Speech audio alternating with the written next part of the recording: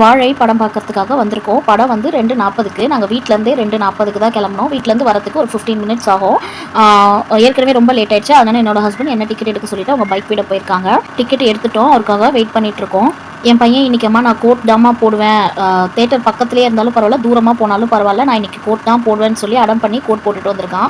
வீட்டுக்கிட்டே தான் இருக்கிற தேட்டருக்கு தான் வந்திருக்கோம். வீட்டுக்கிட்ட தானேப்பா போகிறோம், லாங்கில் போனால் போட்டுக்கலாம்ப்பான்னு சொன்னேன். இல்லை நான் எங்கே போனாலும் இன்னைக்கு நான் கோட் தான் போடுவேன்னு அடம் பண்ணி கோட் போட்டுட்டு வந்திருக்கான் அடிக்கிற வெயிலுக்கு. நிறைய பேர் இப்போ தான் வராங்க. இது டோர் ஓப்பன் பண்ணி உள்ளே போயிட்டு வந்துன்னு இருக்கனால வெளியிலேயே நல்லா படம் ஓடுற சத்தம் நல்லாவே கேட்குது. படம் ஸ்டார்ட் பண்ணிட்டாங்க.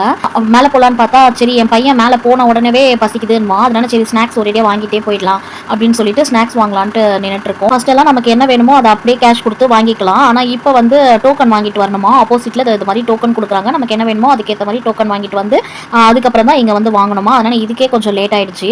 எங்கே போனாலும் இந்த லேஸை மட்டும் விட மாட்டேன்றான். லேஸும் பெப்சியும் தான் வாங்கினான்.